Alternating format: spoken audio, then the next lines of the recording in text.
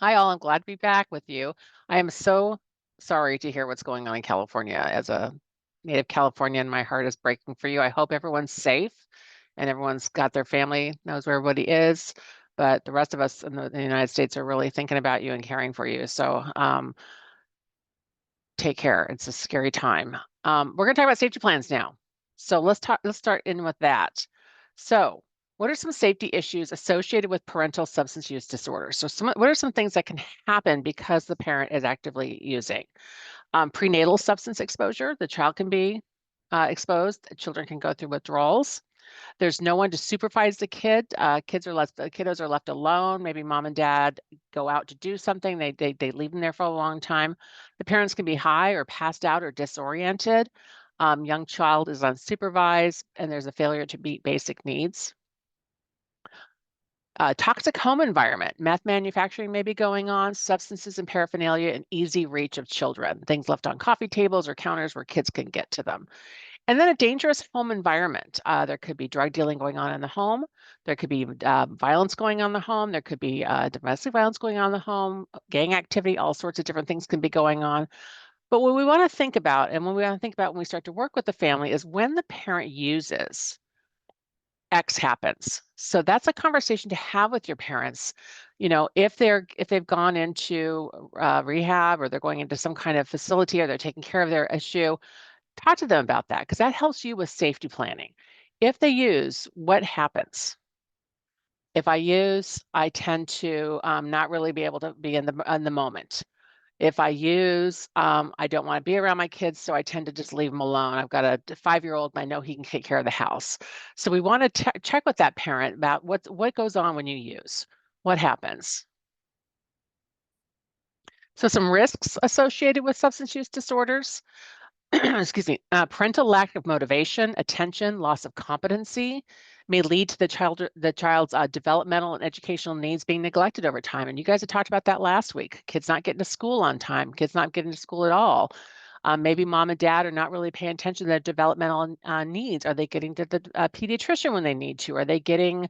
Is their weight in the right place? Is their growth in the right place? Are they underweight, overweight? Are they getting shots that they might need? What's going on? Are they getting what they need at the time they need it? A diversion of income from drugs may result, or alcohol may result in eviction, homelessness, utility cuts, not being able to feed or clothe children, access to health care. I know I need to get to the doctor, but I need to do this instead. And then poor supervision of older kids. When you're working with, teenagers, they're still kids. They're still under parental supervision. May lead to acting out, delinquency, exposure to harm for others. If kids get, teenagers, that front lobe isn't really developed yet, sometimes they can make really bad decisions. And if the parents aren't available or able to keep track of what's going on, kids can get into some trouble. So when you've got an in-home case, and an in-home case is where the child is still home with mom and dad or back in the family, and you're working with those families that are in home.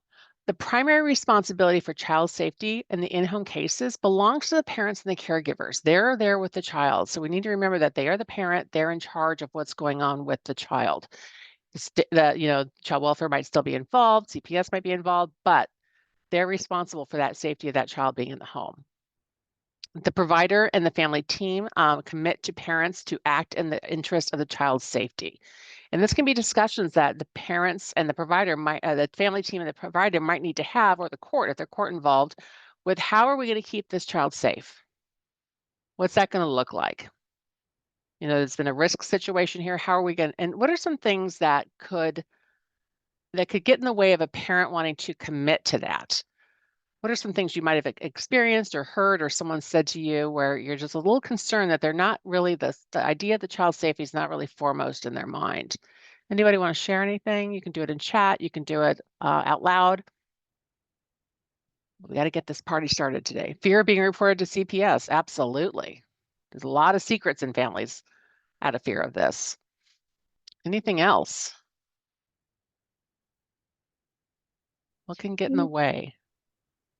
I think like the lack of understanding from the parents or Lack of the family understanding. cycle. I'm sorry, Alejandro, how do you mean lack of that? Talk that through a little bit for me.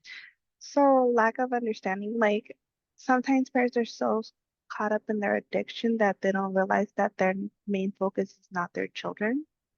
So they Um, might think it is, but it's not. Is that what you're y- thinking, saying? yes.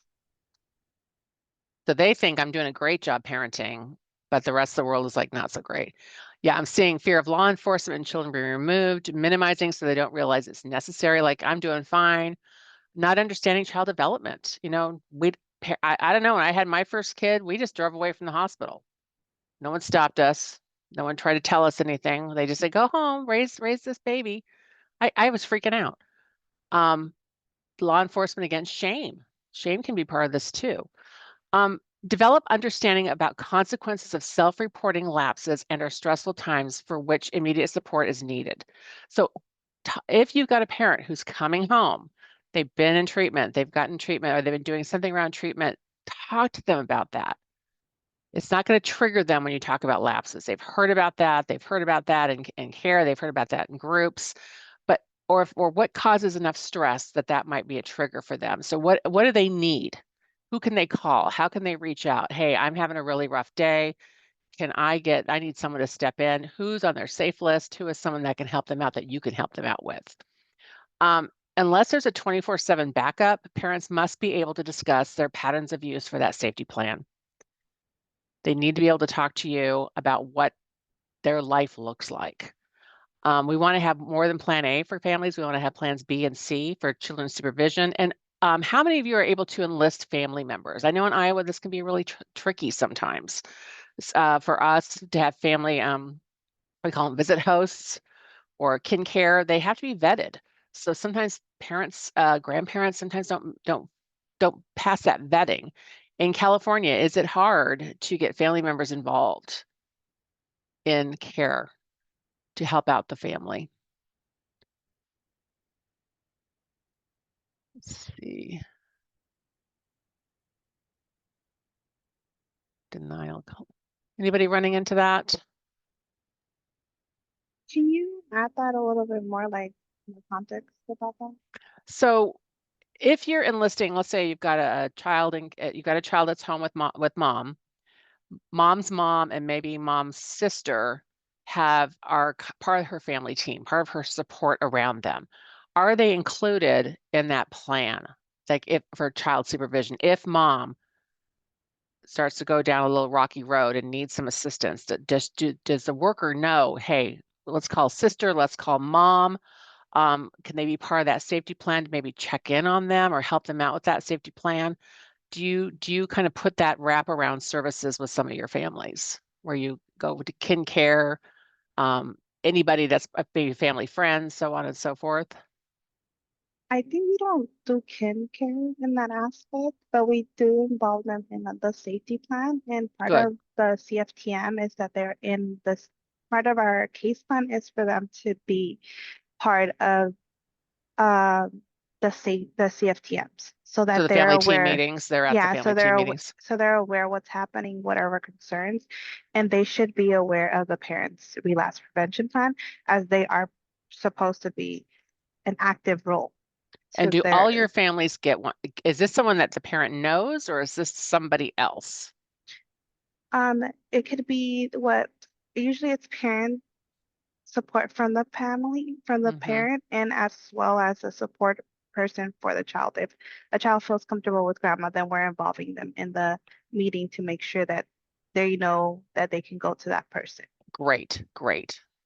That is exactly what I was hoping to hear. So they've got that wraparound support around them. If there's safety issues, they've got people that can come in and support. Hello. Yeah.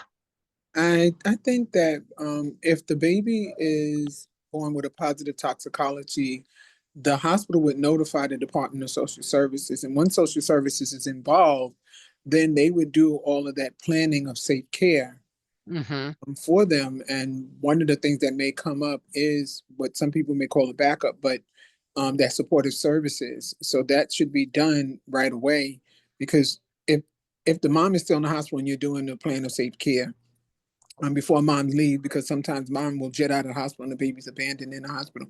Get as much information as you can from mom. Even go to the nursery or the NICU and ask questions like who have come to visit, Mm-hmm. because you never know who may have stopped by, dad, Right. Who's showing up? where. So you can start getting names and collecting names as soon as you can. So then if and when the baby do go home, you'll have something in place already instead of waiting for something to happen and then wonder and wait and say, can we reach out to this person? Do they have this person? Is someone available? All of that will be in there, and then everybody would have a task and a responsibility as far as their duties towards keeping this family intact. So that whole support system is in place. Yes. And okay, excellent, excellent. So you're the eyes and the ears of your for whoever you work for. You're the eyes and ears of your agency for the family safety, right? You're the one who's meeting with the family. You're the one who's out there doing the work. It sounds like you do. How often are your family team meetings? Are you having regular team meetings to spell out responsibilities and monitor how well it's working? How often are you required to do family team meetings in California? I couldn't find some of this stuff online, so.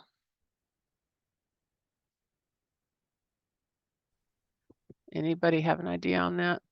Well, I think they follow the guides of like the case. So through the court, it may be every 3 months, but it depends on the court So process. it's tied into the court process? Right, but I think it's typically every 3 months, provided that maybe an emergency does not arise. If an emergency arises within that period, then that social worker or that family or one of their supports can absolutely request a CFTM in between that process. Okay, great. Yeah. Yeah, Kind of an every idea. state, if you look in the statutes and they don't go that far down, what they can do. Absolutely, yeah. Yeah. And it's kind of like up for grabs too. So Yeah. yeah, that Uh, makes sense. Yeah, and part of it, assessing the safety and well-being of kids throughout the case. When you go visit, you're talking to mom, you're talking to the kids, you're seeing how everything's going. Partner with parents around assuring child safety and well-being. Involve community resources to address those developmental needs. Does this child need to go into early Head Start? Does the child need to have an appointment with a pediatrician? Is there something going on that we really want to make sure that this child gets the support they need so they develop at the rate they're supposed to develop with their brain, with their body. Motivate parents to enter and continue treatment. How many of you struggle with that sometimes where it's really difficult? Because a lot of people have a million and one reasons why this is not the day to go into treatment, but helping them think that through. Interviewing and engagement skills. How many, when you first started in this career, was like, wow, this is a little harder than I thought it would be. I thought this would be like talking to a friend, or I thought that people would answer me when I asked questions. How many of you have had that a little bit? And feel free to throw it in chat. I know I'm a naturally chatty person, so engagement's never been really a tough thing for me, but every so often you get somebody that just is like stonewall, they're not going to talk. Concrete supports for the families. Do they have, they need childcare? Do they have access? Do they have transportation so they can get to court? They can get to doctor's appointments. They can get to where they need to go. Do they have diapers? Do they have wipes? Do they have school supplies? What do they need? What do they have?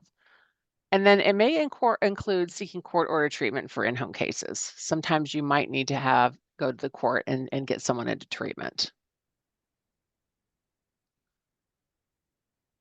So what's the impact on the family? When a family has all this going on, you all are involved, the state's involved, things are going on. What is that impact on the family itself?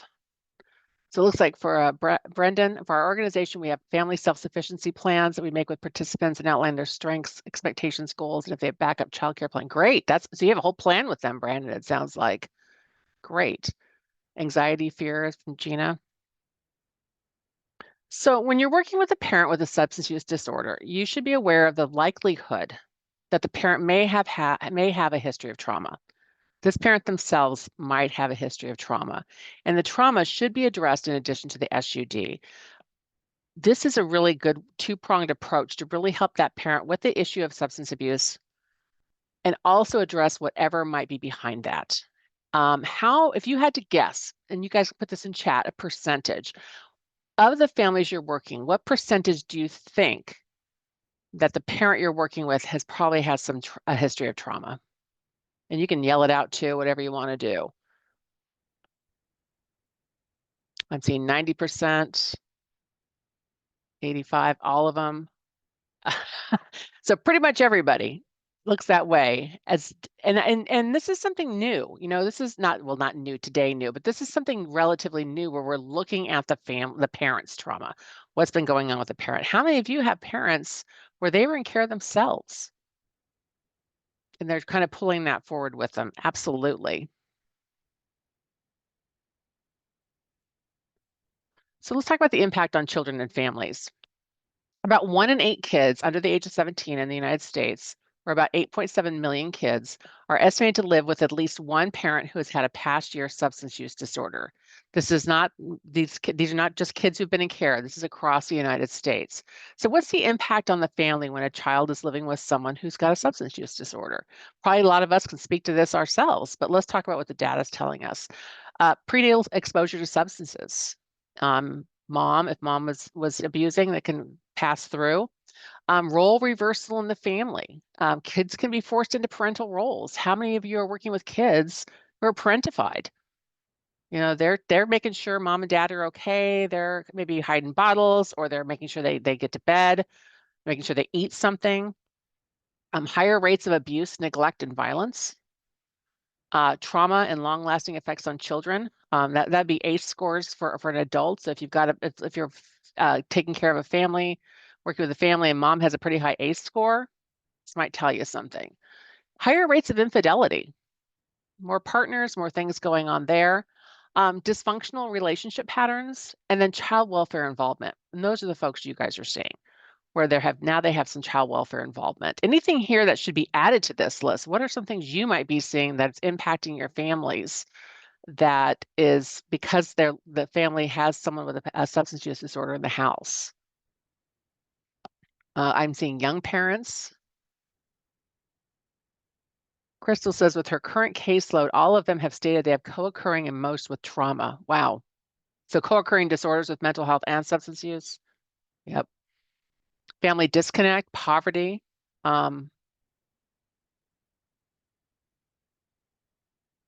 What's family disconnect look like to you all? Because that's a really good point, and we're seeing more and more of that as time goes on. What exactly is family disconnect? Who wants to speak to that? I can speak to that a little bit. Great. Connect could be within the family where it divides the family. If you're taking care of a relative's child and the child is a substance exposed newborn, there could be a lot of different dynamics when there's family engagements, family reunions, or barbecues, or picnics, or whatever they have, where there's the biological parent is wanting to say and do certain things while you have the responsibility of their child and don't and cannot do those things. Well, for one, because that's the reason what the child in the care in the first place.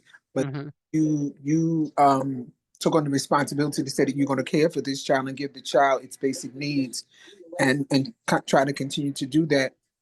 The disconnect also could be that some families, they don't even want them to see the biological parents because of what had occurred, where that's Yeah.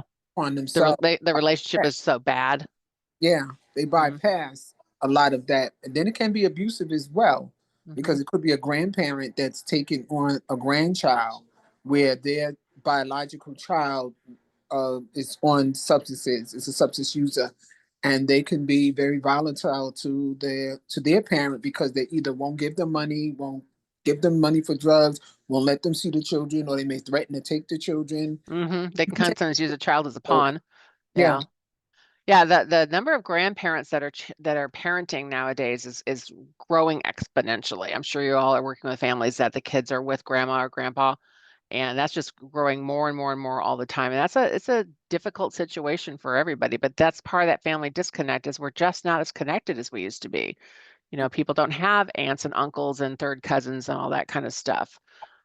I know this may be just off the topic a little bit, but one of the things that I've run into a lot is grandparents' rights. Where a lot of states don't have grandparents' rights, so it makes it difficult for the grandparents when they realize and recognize that there's a concern with their own child, that Hmm. the child is not being cared for. They have to go through a battery of trying to prove everything, which some Hmm. are hard to do, but in some cases it takes some time to prove that the child is in need of assistance. Yep. But Yep. come forward the grandparent has to have, I'm talking about concrete evidence of everything, because when you go and present yourself in front of the court, grandparents in a lot of states do not have the rights. But what I find, Yeah, in some states they have no rights, really. They're not. but they're the first person that, when they do come to the attention of the department, those are one of the first people that the department look for. Mhm. And so I'm wondering, how come there's like a catch-22? You can look for me, but I can't look to you for help. Absolutely. Yeah, and you guys have got some great stuff in our chat, emotional connection with grandchild, no connection to the child, children parenting adult behaviors. I've heard clients say, my parents messed me up and now they want to do the same with my kid.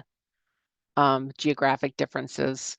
So older kids, let's talk about older kids for a little bit, our teenagers, our young teens, some effects for them. We talk about babies and infants and toddlers quite a bit, but older kids too can be affected by what's going on in the home. A chaotic, unpredictable home life. They don't know what they're walking into when they come home from school.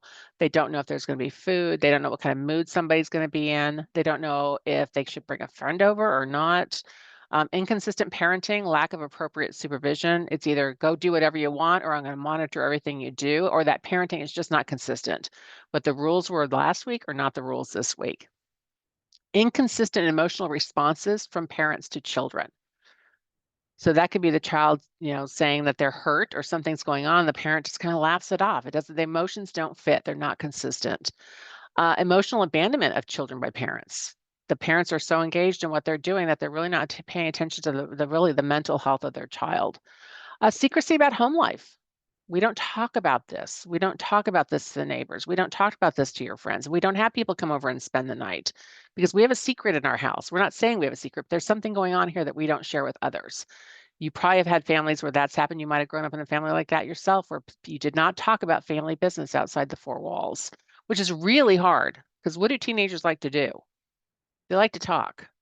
They like to use their friends and their schoolmates and things like that as their counselors, right? They're always talking about this kind of stuff. Parental behavior may make the child feel guilt, shame, or self-blame. Well, if I didn't do this, they wouldn't do that. It's my fault dad drinks. It's my fault that mom does this. The age of onset of, and this is something that kind of is counterintuitive because you think if a child grew up watching all this, they'd probably less inclined to want to engage. But the age of onset for drug and alcohol abuse is lower with children who have parents who abuse drugs and alcohol. So intuitively are thinking, well, if they've seen this, they're not going to want to do this. And that's not the case.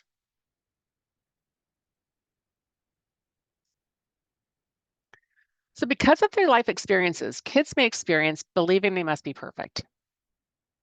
How many of you work with not little kids, but early teens, things like that? How many of you work with kids that age? How many of you have a child that really gets upset if something goes wrong?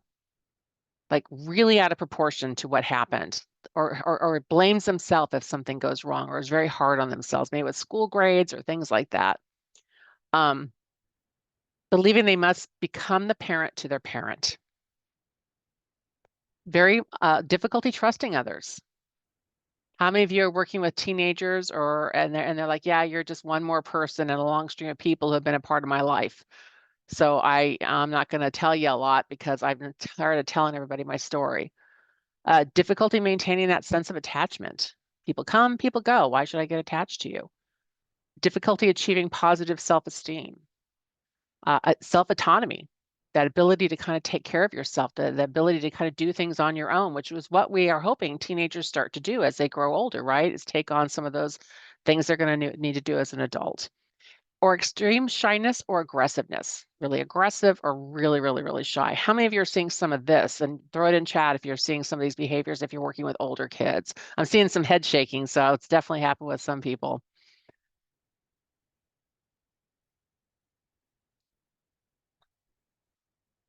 So protective factors strengthen families. We all know that. Protective factor is something that makes a family stronger.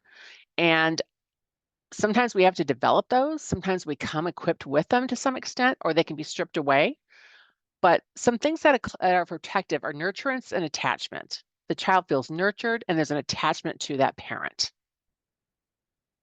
They feel like loved, they feel safe. I'm going to keep scrolling down my messages over here. Sorry about that. Yes, often. Okay, great. Parental resilience. How does the parent handle stress? How does the parent handle problems? How does a parent handle something not going right in their life? Is it, I give up, everything's the worst, or is it, we've got to figure this out and we'll try something else? Social connections. How many of you have families that are very socially isolated, not only from society, but friends, family, other people in their life? It looks like a lot. Okay. And those are hard things to do anyway, to get social connections. So when people are very, very isolated, that really takes them away from that feeling of community. Knowledge of parenting and child development.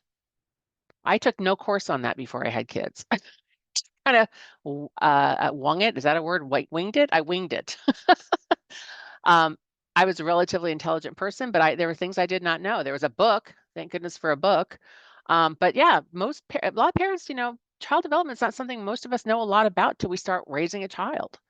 Concrete support for parents. So what could be concrete supports? Concrete supports are things you can hold in your hand or things that can happen. So what are some suggestions of concrete supports that you see as being really valuable to families that you work with? And you can throw that in chat or you can talk. But what are some things you can provide or they can get a hold of that really makes a difference for those protective factors? Financial supports, absolutely. People just having the ability to pay their bills, transportation, food resources, parenting classes. Good. Their home, absolutely. Knowing you're going to go home to the same home every night, you know where you're going to sleep tonight. Educational opportunities, emotional support, strengthening families. Excuse me. Yep, good. Some of these are more or less concrete. They're not something I can't hand you emotional support, but I can certainly help you develop emotional support, right? Socio-emotional competence of the kids. How do kids handle stress? How do kids handle things that are happy? How do kids handle school? How do they handle other people? Do any of you serve kids where these kids, their emotional regulation is not real good? They're social and they're getting in trouble in school a lot. Things are going on. Yep, good. Yeah. So this is something that's a protective factor to have that good social emotional competence, that you're able to have a friend say something mean to you and it doesn't ruin your whole week. Probably makes you mad or upset for a little bit of time, but you can bounce back. So for kids, some of the protective factors you might see in children are kids who have positive friendships and peer networks. They've got friends. They're good friends. These are friends that are a positive influence on them. They have peer networks. Maybe they belong to something. Maybe they're on a sports team. Maybe they play soccer. Maybe they've got a little group of friends that they all have lunch together. But those are protective things. If they have a positive friendships and peer networks, other people to talk to. Kids who do well in school. Kids who have caring adults outside the family who serve as mentors and role models. And this can be scary for families sometimes. Why does a caring adult want to be a part of my family when I don't know them very well? How many of you utilize CASA or Big Brothers, Big Sisters, things like that in your cases? Some of you do. This is just another adult perspective that sometimes really can help a kid think through things. So let's talk about child well-being. How do we assure that? Can't promise it, but we can probably assure it, right? So what's the role of working in child welfare, no matter what your role is in child welfare, in assuring child well-being? There's a lot of things we need to do here. Gather information about substance use of mother and condition of the child at birth. How did this child come into the world? Did they come in with neonatal abstinence syndrome? Did they come in underweight? Did they come in with other health issues, developmental delays, things like that? How was the mother doing at the time? Did the mother get prenatal care? If she did, how often, when did it start? Did it start a month before she delivered or? Okay, good. Developmental screening, making sure the child's getting those screens. A lot of those things are required by schools, that kids have to have certain screens before they come to school, but are they getting a hearing screening? If you don't think they can hear, if they're having trouble speaking, is someone working with them on their speech? Kids under 3 should always have an exam by a pediatrician and referral for possible services. This is when kids are starting to talk. You can tell, we can see a lot more about how they're developing by the age of 3. Enroll kids in quality early childhood education, which also supports the family. Early Head Start is a great program. Anything else you might have that can not only helps the child, but also supports the family. With older kids, health exams, refer to local school district for possible specialized preschool programs, school programs, interventions. If a kid needs an after school program because no one's home, how can we get them connected with that? What is there interventions we need to do? Maybe this child, we're starting to see some signs of mental health issues. Are we getting that taken care of and addressed? Yeah, making sure that physiological needs and mental needs are being addressed. Dentists, things like that. Prevention activities. Good. So some services. Frequent home visits if the kid remains in the home and parents are not in inpatient treatment. If the parents are home and the kid's home, they need frequent visits. We need to know what's happening.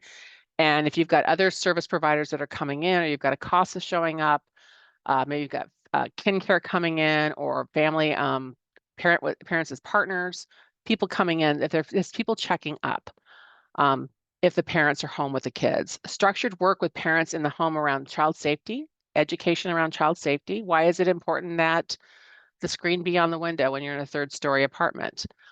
Structure and supervision for children. Do the kids have some structure? Do they know they're going to get dinner at roughly the same time every day? And I'm not saying at 5:30 we eat, but they know at nighttime they're going to get dinner. They know in the morning there'll be breakfast. They know they're going to take a bath. There's some structure around their day, and then there's some supervision too. Medical needs, not just of the kids, but also the parents. How many of your parents have some pretty significant medical needs?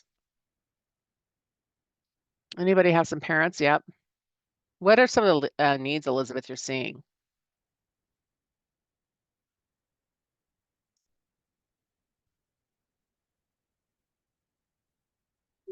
As far as medical needs, from what we've noticed, is connecting them to affordable healthcare.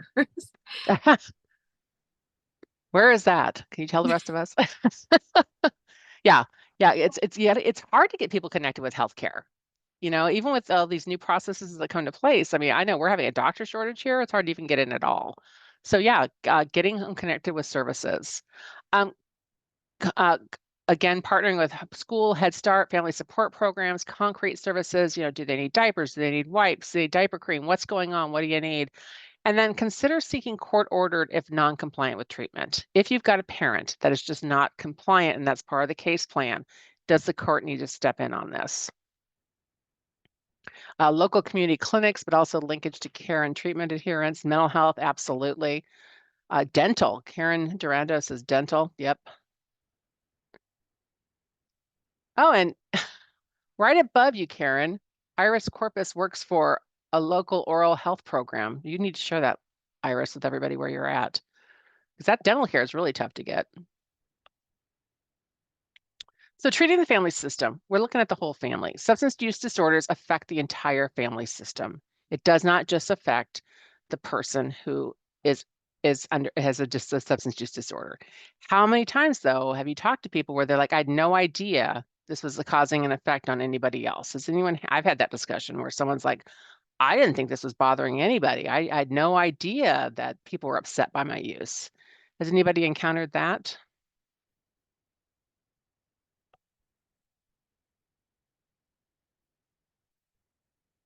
Maybe it's just me. Over time, family members may have assumed problematic roles or experienced cutoffs or burned bridges with their family. You probably have some families where the substance abuse is really it's caused issues. Maybe the parents or the siblings or the aunts and uncles really don't want any part of this. You're kind of on your own here. That's a hard thing to rectify sometimes too. Family treatment.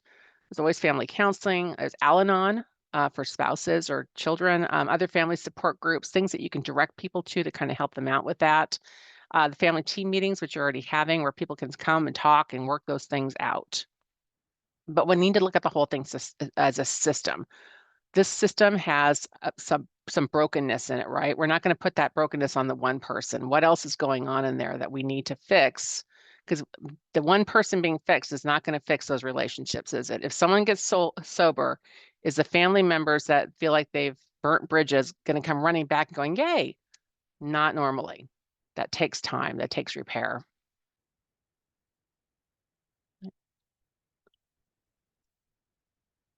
So we're going to go into our first case example.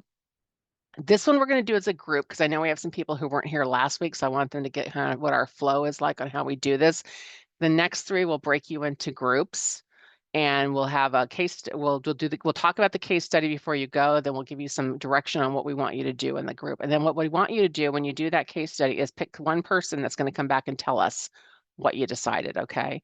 So we'll have 10 minutes in the breakout rooms to kind of talk this through. I know it takes a lot more time to really put together these ideas, but we're going to break into groups, and then someone will come back and say, our group says this is what we should do for this. Okay. Does that sound good? Okay, great. So our first one is Jane.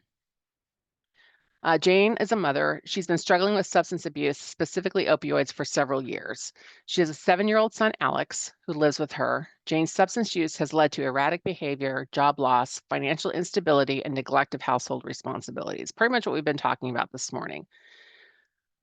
So the incident, what brought them to the attention? A neighbor, Paula, reports to CPS that Alex often appears unkempt and hungry and has been locked out of his house several times. Now, keep in mind, Alex is 7 and has stayed with Paula several evenings until Jane comes looking for him. She also mentions seeing suspicious individuals frequently visiting Jane's home for short amounts of time. Okay. So there's been an assessment done.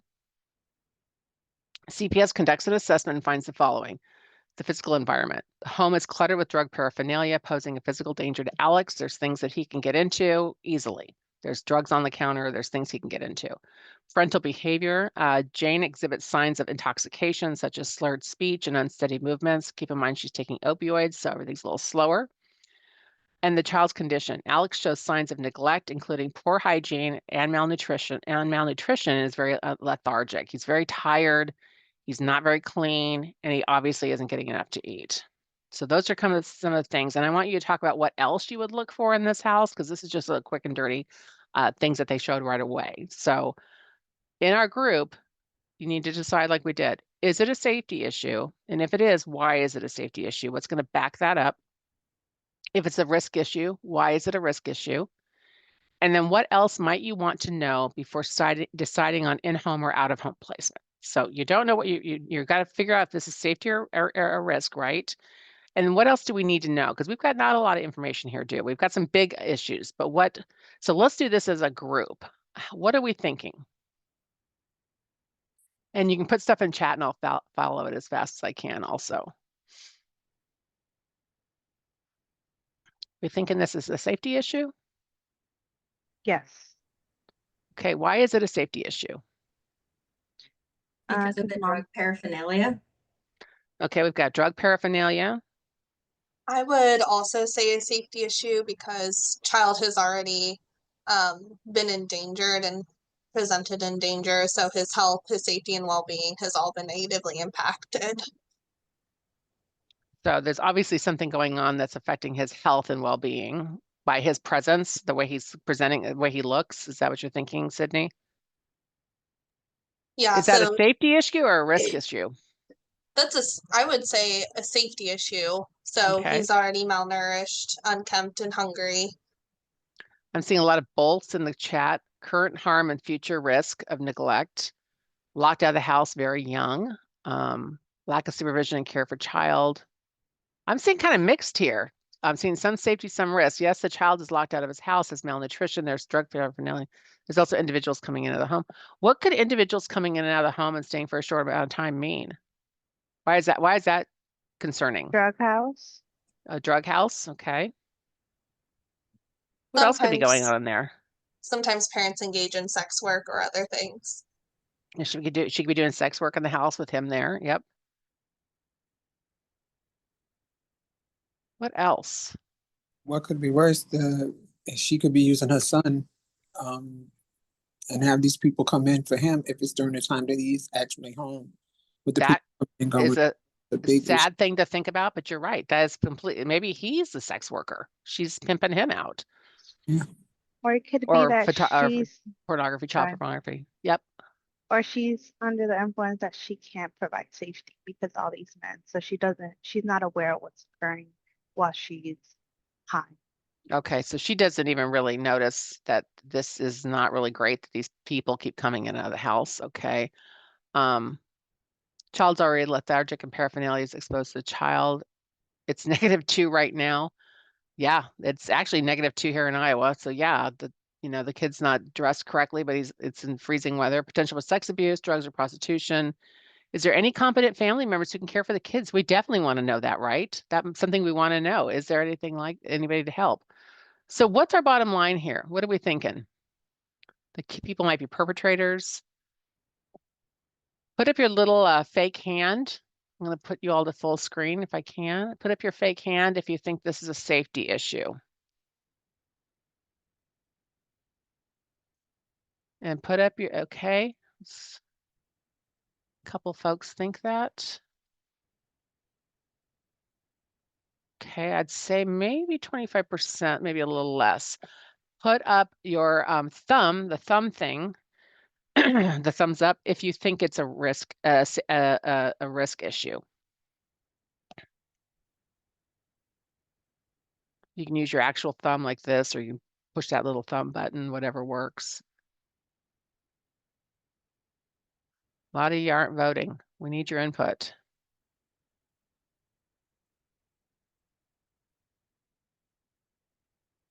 So it looks like we're kind of divided to some extent. What is the difference between safety and risk? What do we do when there's a safety issue? Or what do we tend to do when there's a safety issue?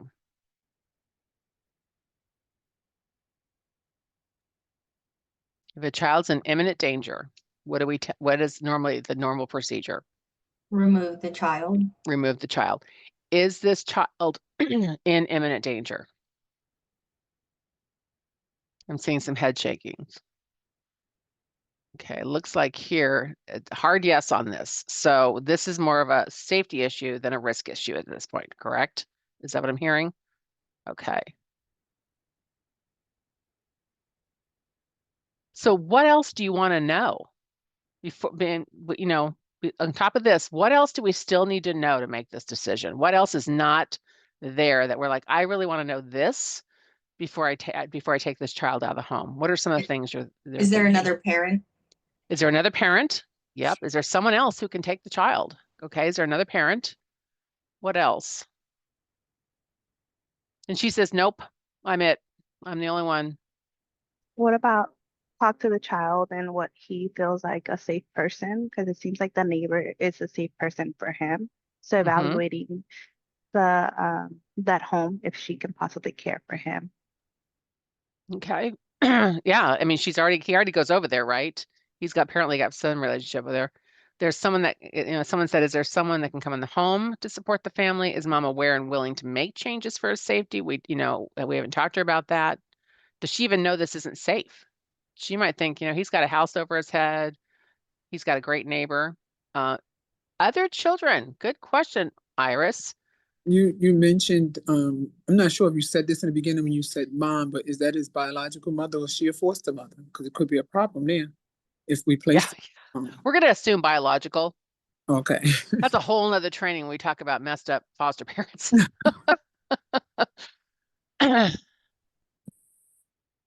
So is mom aware, willing to make changes? So that's probably more of a conversation that we're not going to have that day when we're on site. So are we thinking, how long has this been going on? Good question. Call law enforcement for wellness visit. Safety, okay. Okay, so I'm hearing it's a safety issue. What else do we want to know? So we've got a couple questions, a couple things we've already come up with. Are there other people? Is a neighbor willing to maybe take him in? What else could we want to know about this situation before we make an ultimate decision? Because these decisions normally for safety issues have to come pretty quickly. Before we get back in the car and drive away, what are we going to talk? What do we make sure we know? I would want to know if this is the first rodeo. Has this happened before? Does this I was person just have a gonna say, history? was there other reports? Yes. Is this a pattern or is this a one-off? Anything else that you're like, I really would want to know this before I made that decision?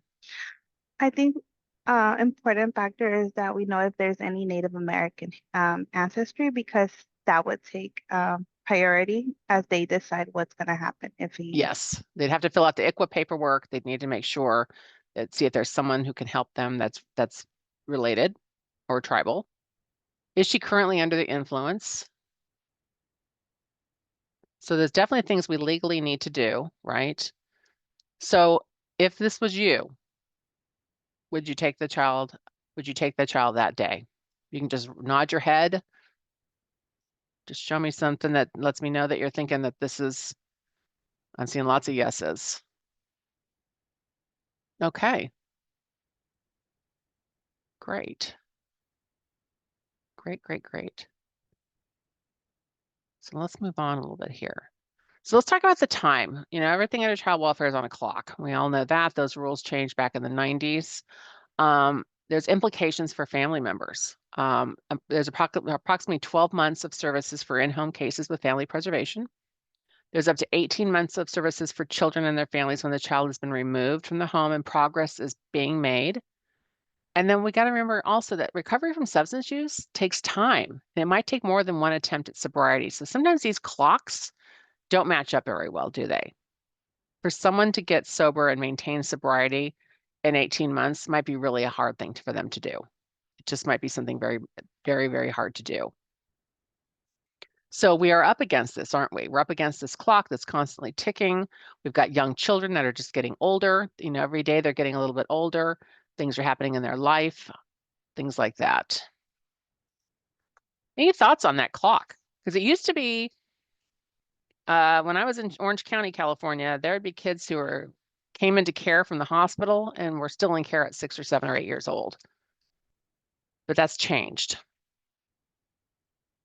What do you think about those clocks? Too much time, not enough time?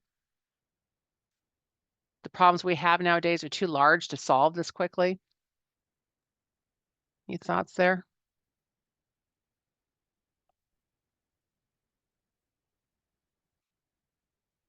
Quiet group today.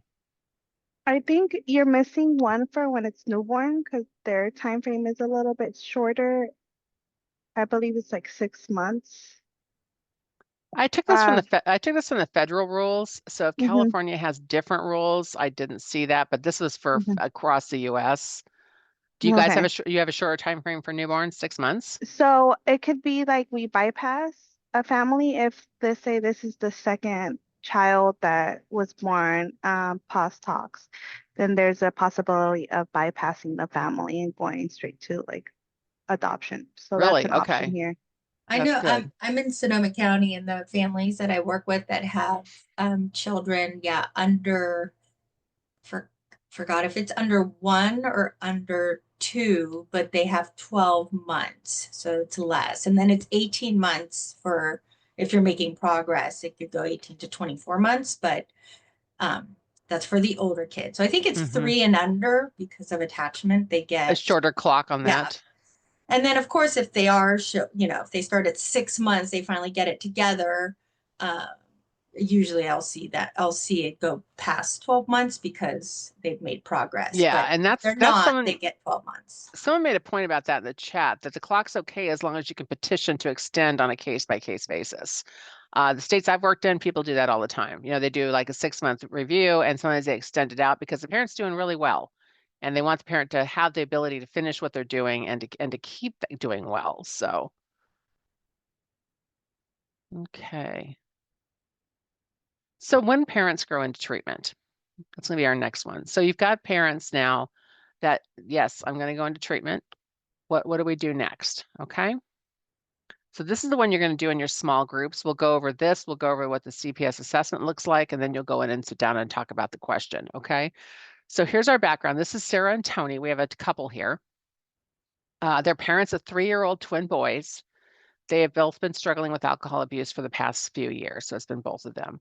Their substance use has led to inconsistent parenting, previous reports of child abuse. So this is not their first call, which were unfounded though, and a chaotic and dirty home environment. The twins' preschool reports to Child Protective Services that the twins are often wearing dirty clothes, are always hungry and tired, and appear to be developmentally delayed. The preschool teacher mentions that Sarah and Tony seem hungover whenever one of them picks up or drops off the kids. They have asked for assistance from the center staff in getting the twins buckled into their car seats. CPS conducts an assessment and finds the following. The physical environment, and this is the family home. The home is cluttered with empty alcohol bottles, broken glass, and other hazards posing a danger to the toddlers. Parental behavior. Sarah is found to be intoxicated during the visit with slurred speech and an inability to focus. Tony was out and out, and not unconscious out, but just out of the house. And Sarah had not seen him for a week.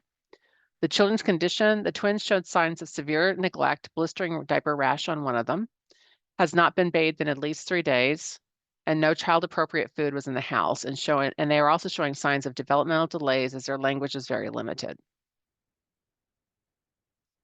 So same questions we've been doing all along. Safety or risk?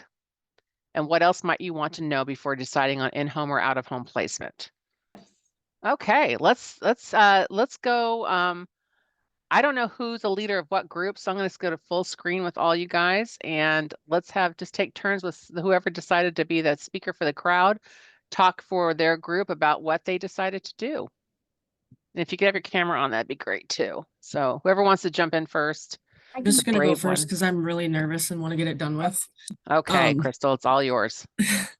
We chose safety due to possible medical factors, with one of the twins having blistering at his bottom, the broken glass in the home, and the mother under the influence currently at the time, and the father not in the home. Things we would like to know is where he is. Is he currently sober or not? Is there family that could possibly take the children?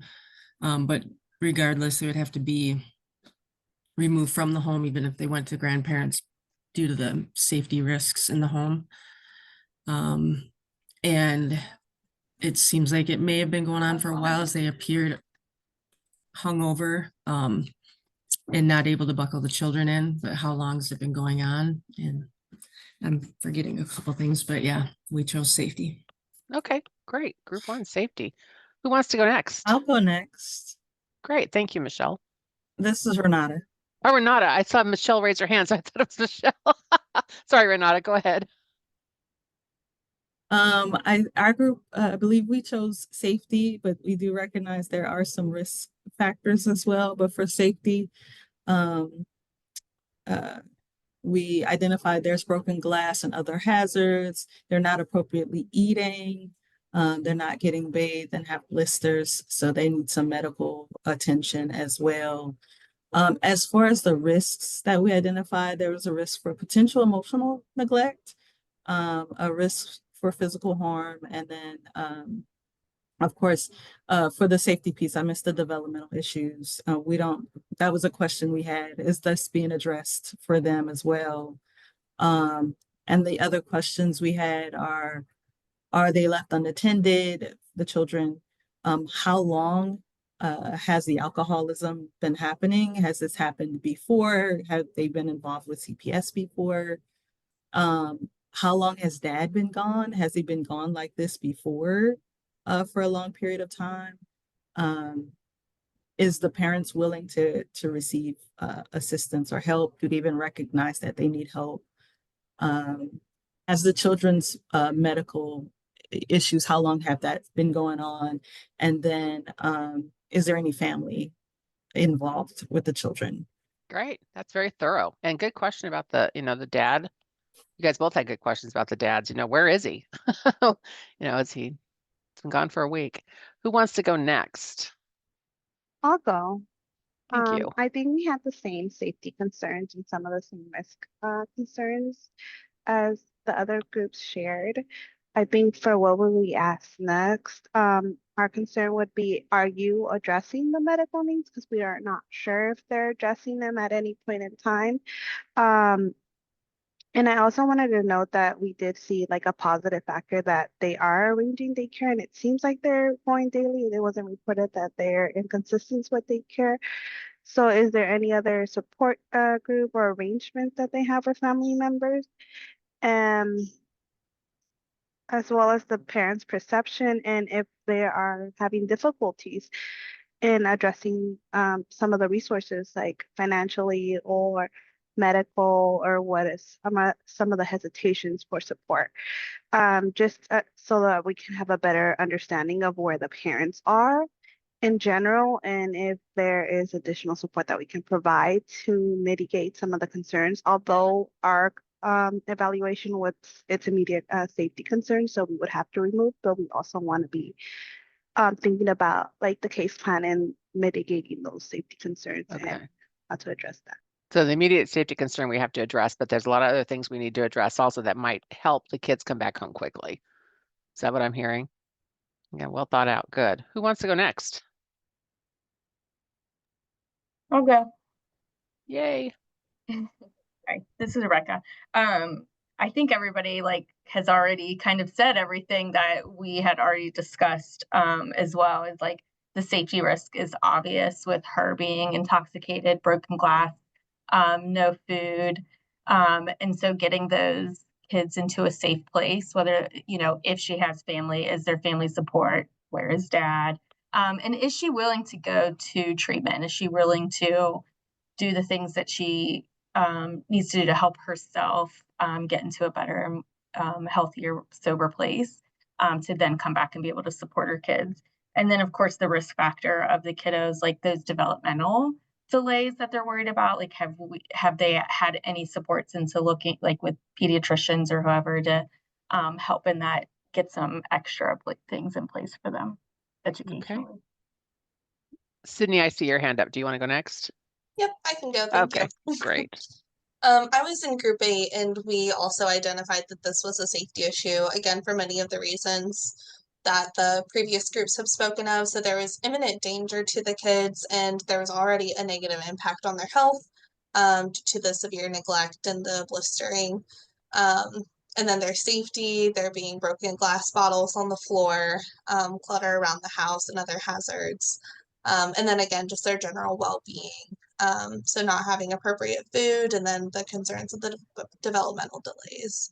And we also had similar questions of what we would want to know before deciding in home or out of home placement, mainly being like, how long has this been going on? It does sound like for various years, both parents have been using substances. Again, where's dad? Have they ever received help before or have they ever had been sober before and parenting sober? Are there other children in the home? And also wanting to know a little bit of the details of the previous report for physical abuse as well. So get some background information on top of it. Okay. Mhm. We have 8. Okay, who's next? I can go next. Great, thank you. Okay, our group came up with a lot of the same things. We do think it is a safety issue. Concerned about the medical care, the condition of the home, the broken glass, the no food, parents showing up intoxicated. That's what would kind of make it rise to a safety issue for us. Some of the other things that we might want to know before deciding on in or out of home care is the support that she has, any relatives, friends, anybody that could step in and help. But pretty much what everybody else has said.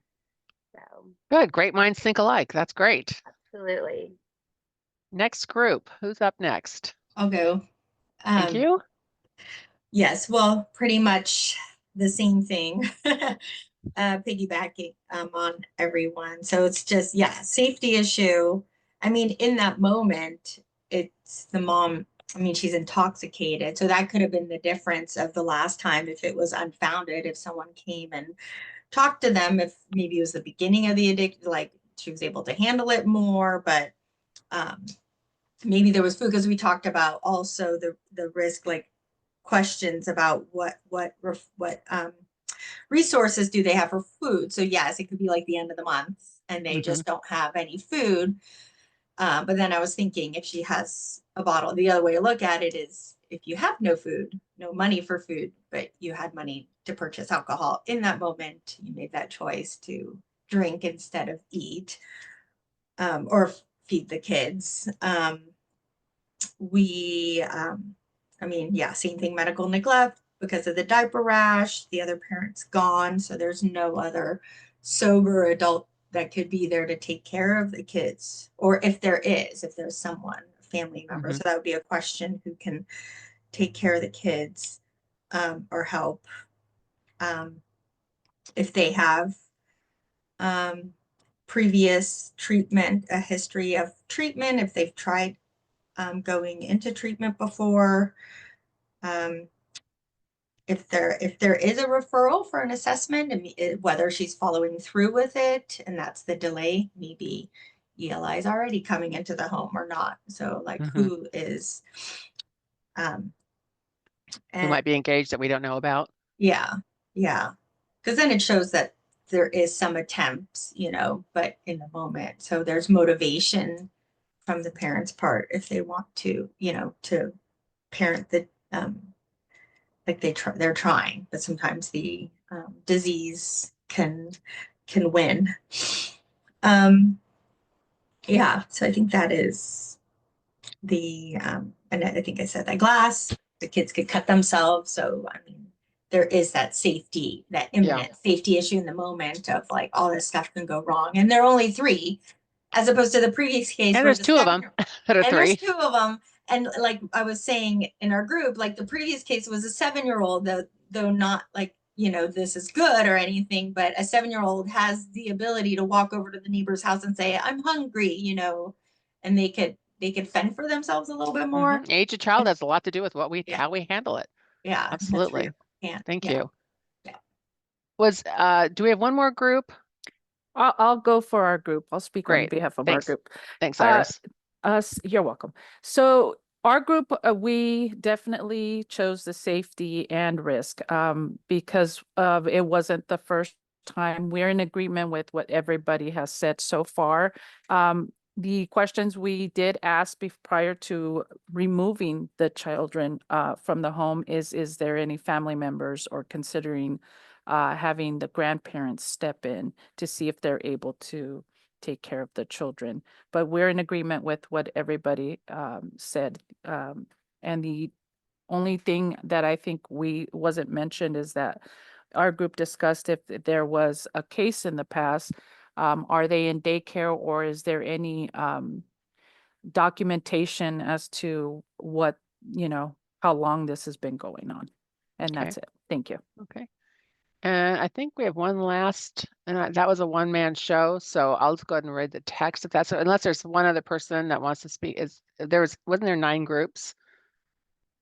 I think there was. Safety issues, alcohol, broken glass, physical issues, impaired speech, additional questions. Where did dad go? How long has this been going on? Was mom using anything during pregnancy? That could be something with the developmental delays. Good point.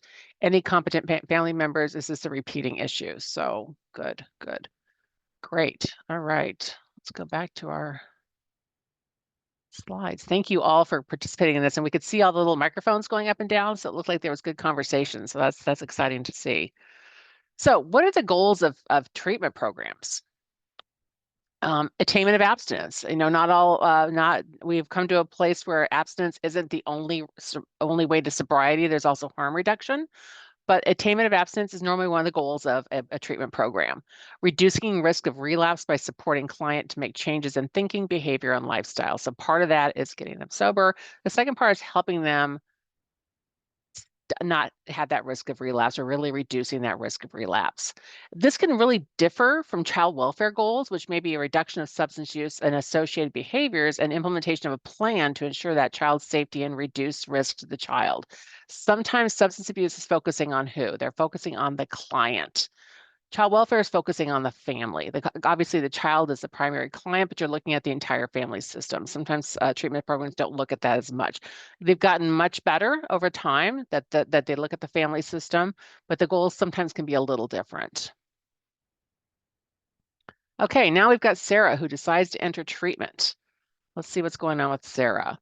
So, how do we prepare parents for entering treatment? We've got a parent that says, yes, this is it. I need to go. It's time. I really need to go. So we want to gather and share information with them on treatment program goals. What are the goals of them? What do they want to achieve? What are their treatment program goals? Talk about the rules, if they're going into inpatient versus outpatient. Maybe they're doing partial day, whatever type of treatment they're going into. How does this work?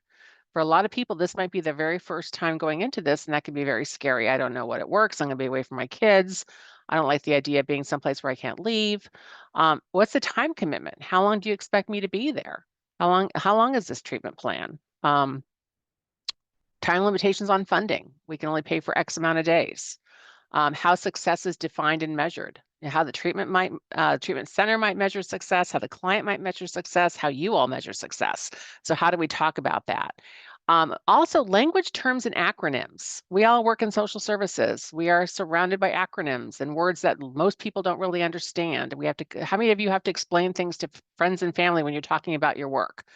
We're very acronym heavy. We use different terminology. We use different contexts. So help them out a little bit with what some of this might mean. Like, what does inpatient or partial inpatient mean? What does that actually mean? If they have a job, if they currently are working, how are you going to work with that? We really don't want people losing their jobs while they're trying to do this. How formal or informal the communication with the program will take place. So there needs to be some back and forth with child welfare or whoever's working with the family. What's the releases? What kind of releases need to be signed? What kind of timetables are we working on? Will the parent be present when there's communication with the program? Can the parent participate in that phone call? And then follow up after formal assessment to help parent understand the options. So once they get that substance use disorder assessment, follow up with the parents so they're clear on what's happening, what happened here. Because before they normally go in, they're going to get some kind of assessment. Do they know what that means? Do they understand it? Now, some parents, this might not be the first time. They might not need this assistance, but it's always a good idea to make sure they truly understand what's going on. You're kind of their guide into that system. So some components of comprehensive drug treatment, obviously the assessment. That's normally the first thing we do. Is treatment necessary? Was this a bad day for the parent or is this a trend? Behavioral therapy and counseling, which can be very scary to people. The idea that someone's going to talk about them, about their family, about their history. Substance use monitoring, we're going to make sure we might have to drop UAs. We might have something that goes on if you have a past, depending on what they do. Pharmacotherapy, you might have clients who are going to go on medication-assisted treatment. Maybe they have had a long-term opioid disorder and they need to go on MAT for a while, or they're using I guess that's Suboxone, or I cannot. Why am I problem with the pink stuff? What's the pink stuff called? I'm blanking on it. Methadone. What's the treatment plan look like? They're going to have a treatment plan that's going to help them. Their days are going to be pretty structured if they're doing inpatient. Do they know where to find a self-help or a peer support group? Do they know how to engage with AA or NA or any other? We talked about a lot of different treatment modalities last time and recovery paths last time. Help them navigate some of that. It can be very overwhelming. Clinical and case management, and then aftercare. Who's going to follow up with them? Is someone going to help them afterwards to kind of check in with them? You're obviously going to check in with them because you're working with the family, but is someone there going to check in with them once in a while? So the evidence base for this on substance abuse treatment research, it works. We know treatment does work. It might not always work the first time for somebody. It might not be the right treatment for that person right now. It's not saying that everything works for everybody all the time, but it does work. We know it does. As we talked about last week, chronic disease, substance abuse disorder, they have the same kind of history of wellness.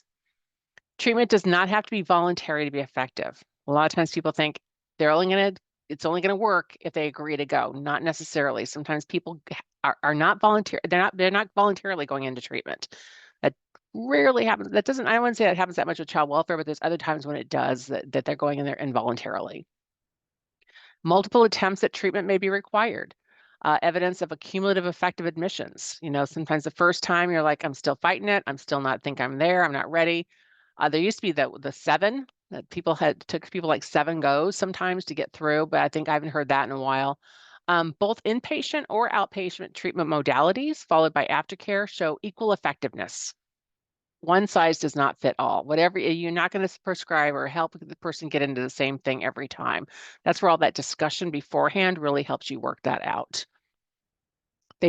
They are both equally effective as long as aftercare is involved.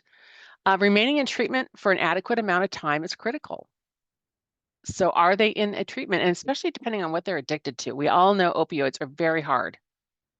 They have a long time to clear the system. There's a long time for someone to feel better because there's been effects on the brain. Same with methamphetamine. There's, alcohol can be hard. There's drugs that are very hard to get back to. Some people don't even feel emotions for a certain amount of time. So there needs to be enough time for them to heal and to get that support when they come out. And like we said, that doesn't always follow the child welfare clock. So that might be where you or whoever's working the case, you run some interference on, hey, they're doing really great in treatment. We're getting there. We're making progress. So for relapse, plan is the key word. Is there a plan? Is there a plan for the children's safety? Is something going on? So if a parent relapses, they have a plan in place. Do they have someone to call? Are they going to call grandma or a friend and the friend's going to come over and take the kids? Or if they're thinking that if they're in a bad place, is there a plan in place where those children are safe? And is the parent safe? And we talked about that earlier, like what's plan B? What's plan C? So discharge planning, when people are getting ready to come out, transitions are a really high risk time for relapse. They're coming out of that kind of controlled environment of treatment back into community, back into family, back into things that are stressful. And it can be a high risk time for relapse. This is where you want to make sure they are seriously connected to something in the community that they can go to right away. They've got connections. And sometimes a lot of treatment places will start those connections while they're still in treatment. I know here in Iowa, people start going to local AAs and things like that to kind of get that bridge. So when they show up, it's not cold. They're kind of bridging into that. If a parent is stepping up or down to another level of treatment, there should be no gaps. So if they're supposed to go from inpatient to outpatient, it needs to be smooth. Ideally, parents should attend recovery support meetings in their community prior to discharge. Good interagency communication is essential to prepare for discharge. And this is something that we're actually doing a lot better with than we were in the past. Before, those two systems really didn't talk. One did one did the other. That's changing. So we really want to make sure that the agency, that's the treatment center, is really talking to whoever they need to talk to help that parent come back into community. If possible, the child welfare provider should be present at discharge staffing so they hear what's going on, they hear what the plans are. Case plan requirements need to reflect aftercare and recovery support recommendations. What do we need to wrap around with now? We've done this, what's next?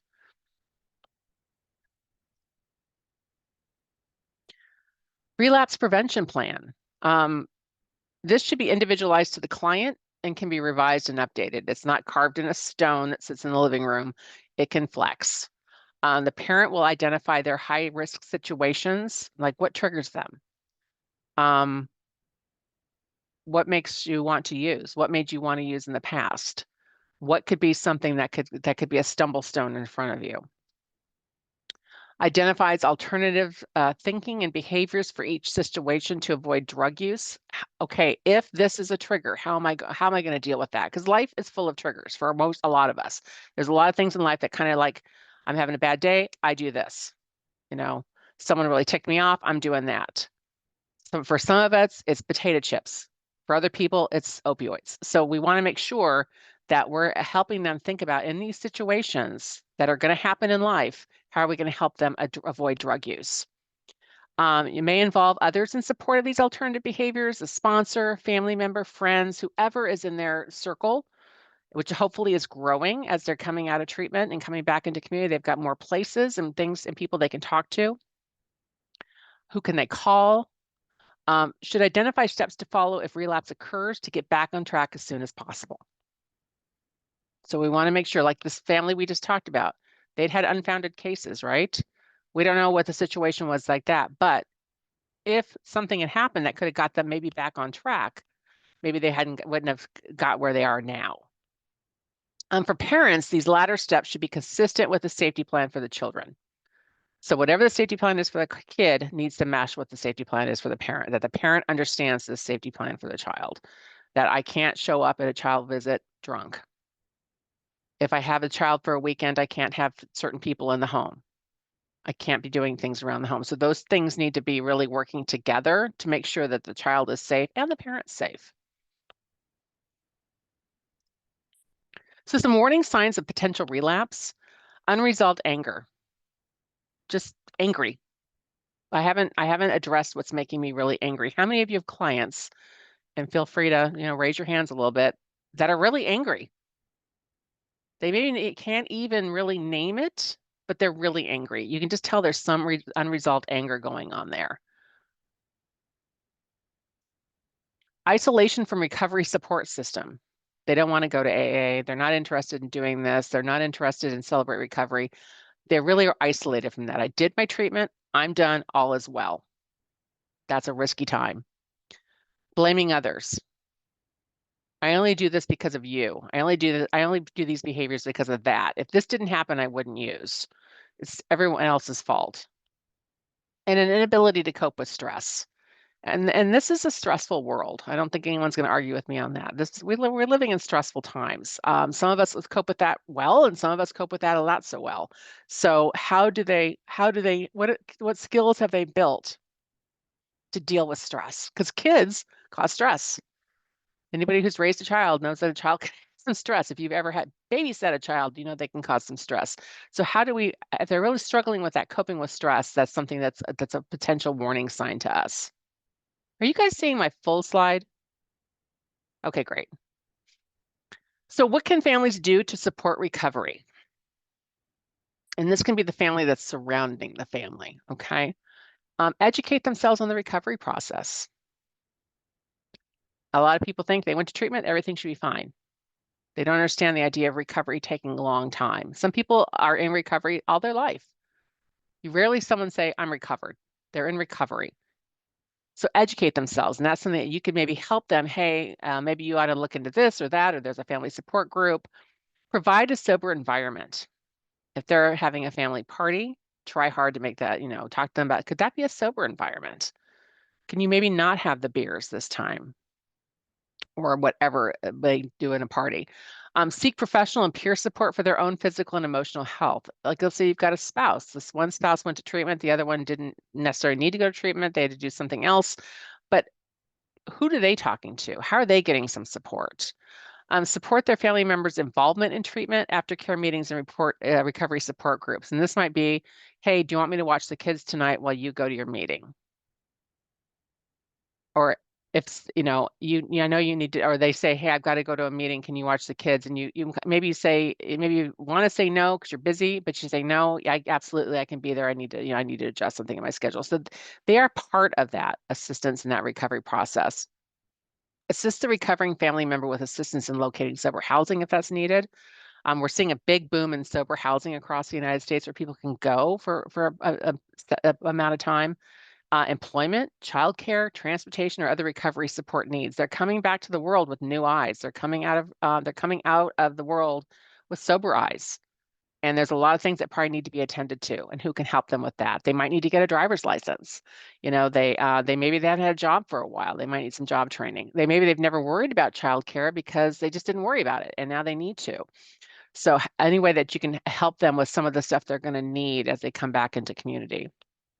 And then assertively re-intervene in the face of any relapse episode. And the family can do this too. If a family member sees someone starting to relapse, get in there. They get in there to help that person out. What do you need? Where do you need to go? What can we do? Get in there and help that person out. And this is the families. These are the families that are in their circle with this. Any questions on any of this? Okay, I'm seeing some less angry, more frustration, which can look like anger. Frustration can look like living far away from services, very rural. Absolutely, I completely get that. Parents need to acknowledge changing their life and routine, and that can be hard, can't it? This is the way I've lived my life for 15 years, and now you want me to change everything? I like those people. I had a participant that needed to replace Social Security cards and help them start the process. There's a lot of people who, over their course of their life, have lost some of these major documents that they need to be considered a citizen, to be considered a taxpayer or whatever. And I think a lot of people that are in California who have lost everything are going to be like, where do I start with this? So that's what some of your folks are coming out with this. I burned down my life. Where do I start with this? So here's our next case example. This is Jackie. Jackie's a single mom with 3 kids. They're 3, 7, and 8. All the children were placed in foster care 3 months ago because of a physical abuse by Jackie's live-in boyfriend and Jackie's inability to provide a safe home for the children due to her substance use. So Jackie's live-in boyfriend was abusing the children. She was not able to make it a safe place for the kids. Jackie admitted to an addiction to meth and has been in intensive outpatient treatment for 30 days. She self-reports discontinuation of substance use, and her negative UAs over the past 4 weeks corroborate this. She's set to be discharged next week. Yay, Jackie.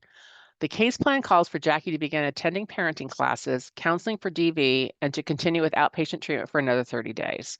Jackie is questioning why she must attend parenting classes when she completed the parenting education and treatment. She was also facing eviction from her apartment for failure to pay rent while she was in rehab. So, kids are still in foster care. Jackie's doing what Jackie's supposed to be doing, right? So our question for this, we've already figured out risk and safety. That's done. The kids are in care. What will happen next in this case, and what needs to happen before Jackie can have her 3 kids back in her home? Okay, so she's going into a second 30-day thing of outpatient. She's being asked to do parenting classes, which she's already taken in her treatment facility. So what will happen next? What else needs to happen for Jackie for that home to be safe? And she's behind on rent. We've got that. She might be evicted. So what will happen next, and what must happen before Jackie can have her 3 kids back in her home? Okay, so that's your charge to talk about this and come back again, nominate that person, and we'll make sure all the groups have enough people in them. So come back, talk about what you think will happen next and what needs to happen before Jackie can have her kids back. Okay, any questions on that before we move out? All right. Welcome back, everybody. So in the interest of time, I'm going to ask 2 groups to share what they discuss, and then everyone, the other groups, whoever your designated speaker is, put it in chat for us because we're running out of time. So if there's, who would like to go first? We're gonna have 2 groups talk, and everyone else will put what they did in chat. Does anybody want to volunteer? Oh, Come I'll on, we're talk. on home I'll stretch do here. it. I'll do Thank it. you. I'll do it. Thank I'll do you. it. Okay. So what we were discussing, which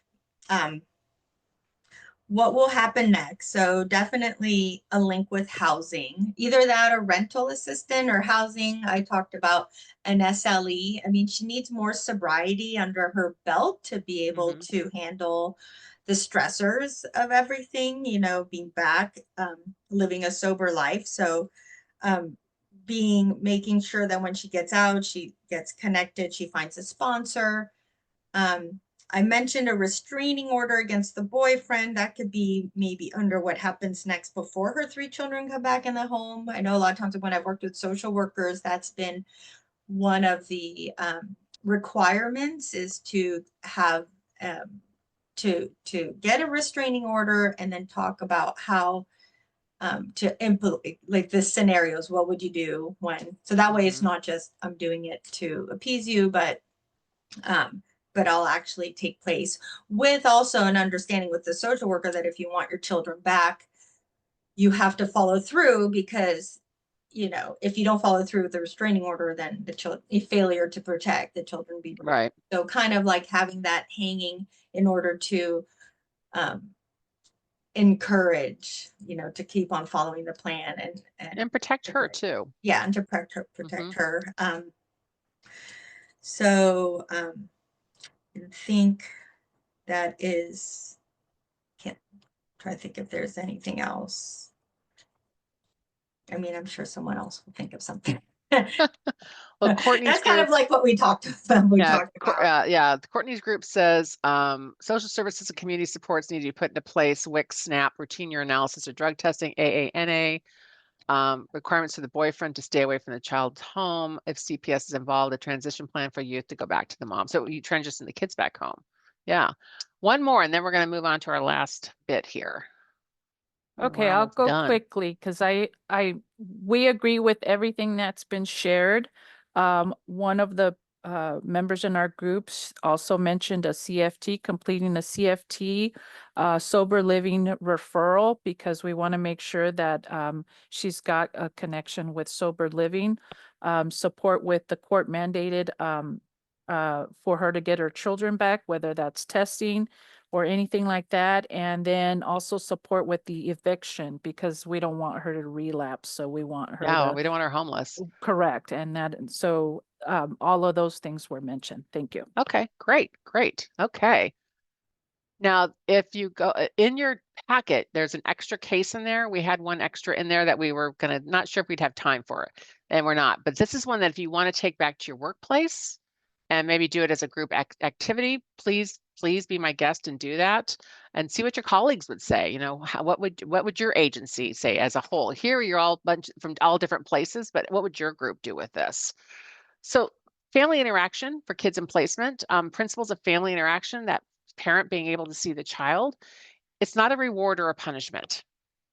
Many, many years ago, when I first came into this work, sometimes a child's behavior would get in the way of a parent being able to have a visit. We've gotten away from that. So family interaction is not a reward or a punishment to the child or the parent. Obviously, if there's things that are going on, the parent cannot see the child, that's one thing, but that's not the point of it. We want families to see each other. We want families to interact. Safety during interaction is the sole responsibility of the parent. The parent will take on parental roles to meet the child's needs. But if they're monitored visits, which they probably will be at first, someone else is also there, but it's important for the parent to feel responsible for what's going on in that meeting. Respond to direction during visits, that the children listen to what's going on, and follow the agreed upon rules and conditions. So if the parent is getting some parenting help, they're willing to listen to that support, that direction, and they also understand that there's rules to a family meeting. There's rules to this visit, that you need to come sober, you need to come whatever. So that's important for kids when they're in placement, is that when they go to see that parent, that the safety continues in the placement where they're at. Okay, another one, lots of stuff. Encourage her to begin attending community meetings, do a warm handoff prior to discharge. You guys can read what's in chat. I don't need to read to you, but there's another one there in chat. Good job. Lots of thinking going on here. Great. So what have we learned over our 4 hours of training? We had 2 hours last week, 2 hours this week. We learned about the difference between substance misuse and addiction, how they're different. We talked about the cycle of abuse. How do people get there? That we've differentiated between safety and risk factors for families that are affected by parental substance abuse. We know there's a big difference there. What is considered risk, what's considered safety. We've defined, we've identified, and we've promoted some of these caregiver protective capacities. What is going to help that parent have those protective capacities in place, and the protective factors and how they can actually mitigate identified safety threats. So if a parent can build some of these, it helps them as they move forward. Use safety and risk assessments to inform safety planning with clear and actionable steps to increase child safety and family unification whenever possible. So again, that clarity, here's what we need to do, here's how it needs to happen. This is, that clarity really helps a parent understand what needs to happen. We also talked about what is substance use, what's it look like, things along those lines. So any questions?